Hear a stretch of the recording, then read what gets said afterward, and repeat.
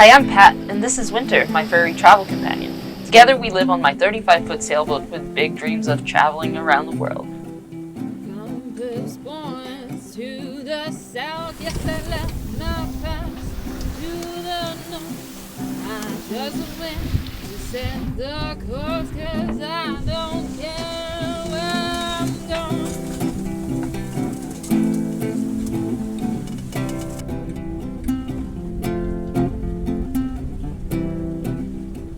Let's run away, just you and me, beyond where the eye can see.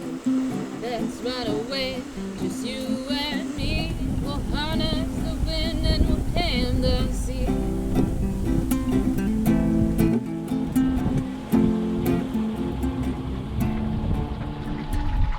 We're just entering False Narrows, which I've never been through because it's really shallow. Right now it's 46 feet. We're just at the entrance, so it kind of does a bottleneck, and it's only like about 40 feet wide for the whole length.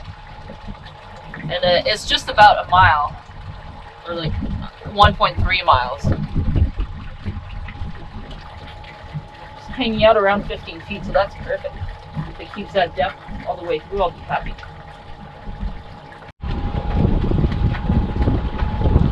Just crossing another shallow area of 12 feet or so. 13, 14. Nice.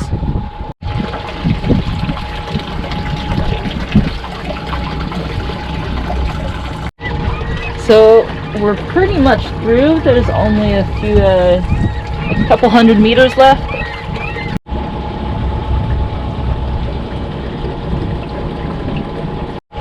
Kind of a funky looking thing. It looks like they cut a camper in half and shove it on a dock.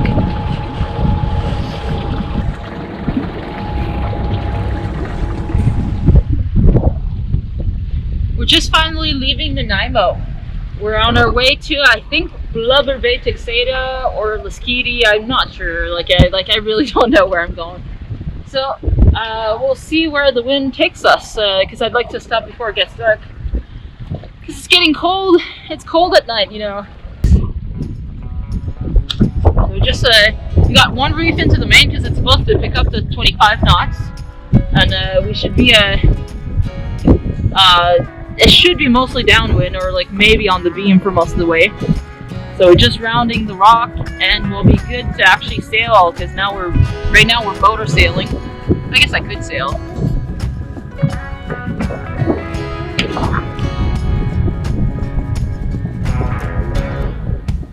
Big bad storm is rolling in, by the thunder and fuck the wind, ain't nothing ever gonna be the same. These April showers don't change a thing. Ride for you for 20 long years. Damn you, Heather, you still ain't here. You ain't my mother anymore, and I don't feel sorry for you. April showers won't save dead flowers.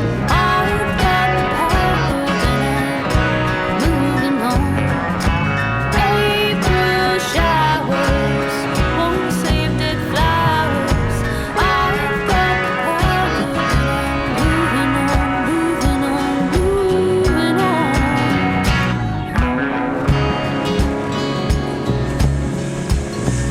We got 15 knots, pretty much on the beam. I think we're going for Pender Harbor. I'm still not sure, but that's kind of the way we're pointing.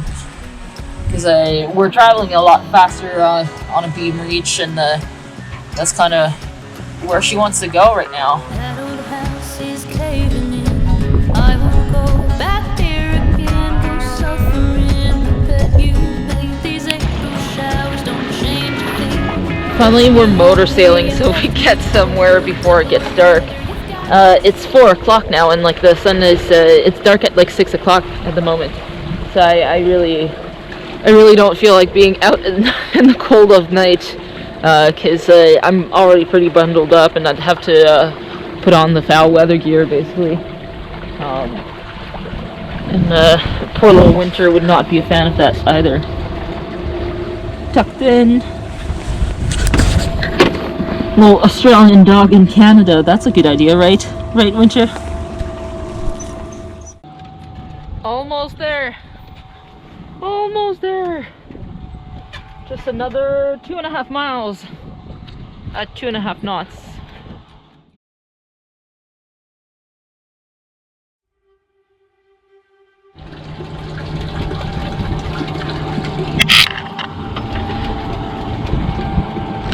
We're actually so close to shore. It's spooky. That's only maybe like 300 feet away.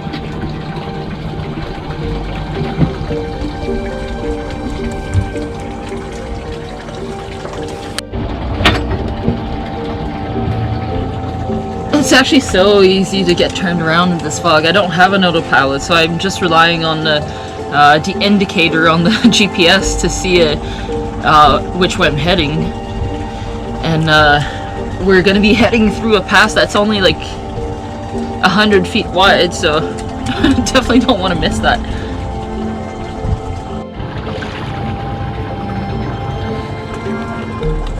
You can kind of tell that there's an island there. Actually, it looks better in the camera than it does in person. I actually can see it way better in the camera.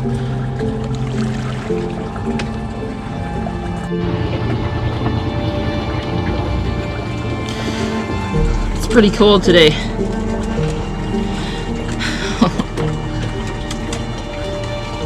There's definitely ice all over the dock and the boat this morning, so it's definitely was below zero last night. And I don't think it's much warmer than that right now. So, but it's really dry, so it's not humid. But yeah, I got a few layers on anyways, and there's no wind, just the blank fog that you can see. I can't see anything, so I'm just completely relying 100% on the GPS. I keep getting turned around by accident because if you don't pay attention to the line for just a few seconds, you can get turned around pretty easily. Especially because there's so much current, so sometimes there's tide rips and whirlpools.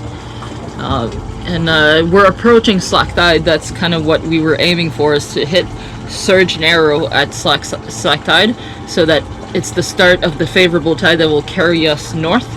But we're not going to make it there in time for the slack. But I mean, if you've seen any of my videos, I never make it there for slack, and I always end up going with a lot of current and going really fast, which, like, I've done it here before, and I know the narrows pretty well here. I know there's the one rock, but then, like, it's pretty easy to avoid it. And just while I was speaking, I got turned around a little bit,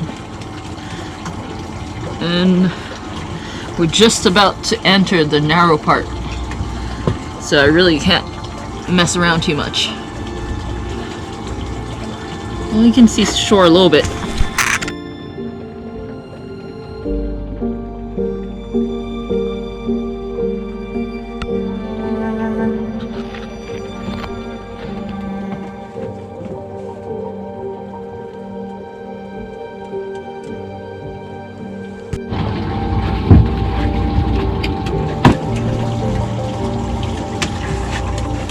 It's really narrow.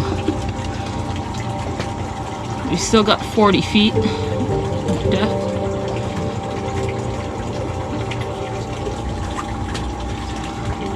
Wow, the visibility is so bad.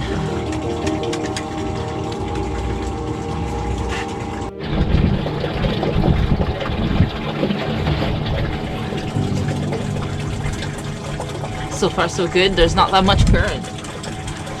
We're just doing 3 knots, 3 point something.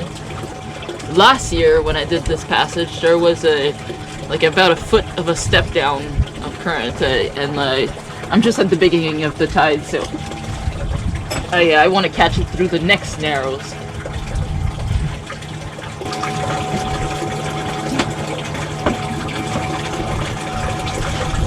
So now I have to get ready because there's a rock right in the middle of the channel, and so I have to keep to the port side of the channel.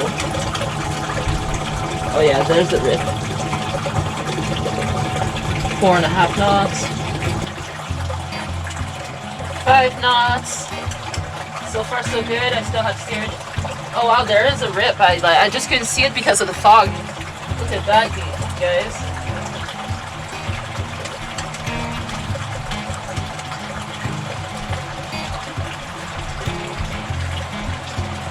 6 knots.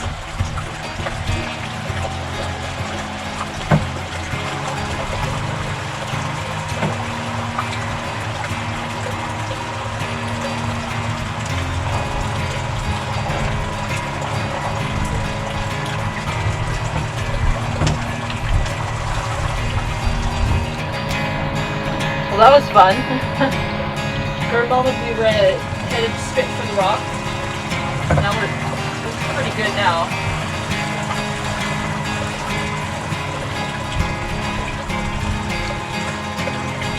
We had 7.5 knots.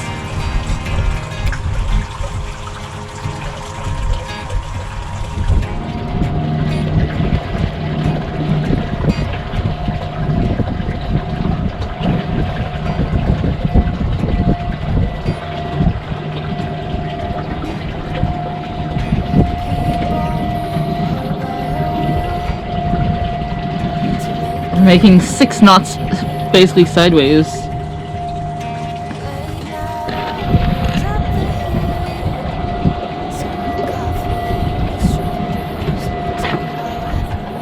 She kept dreaming of a world big enough for everyone.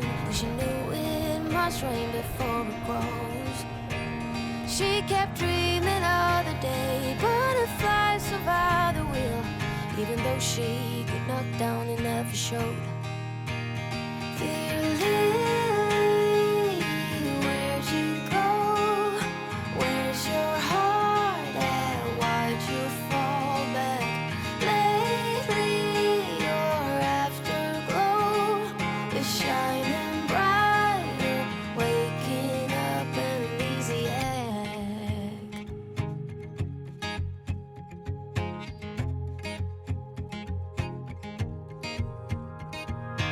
I remember urban songs, decades old.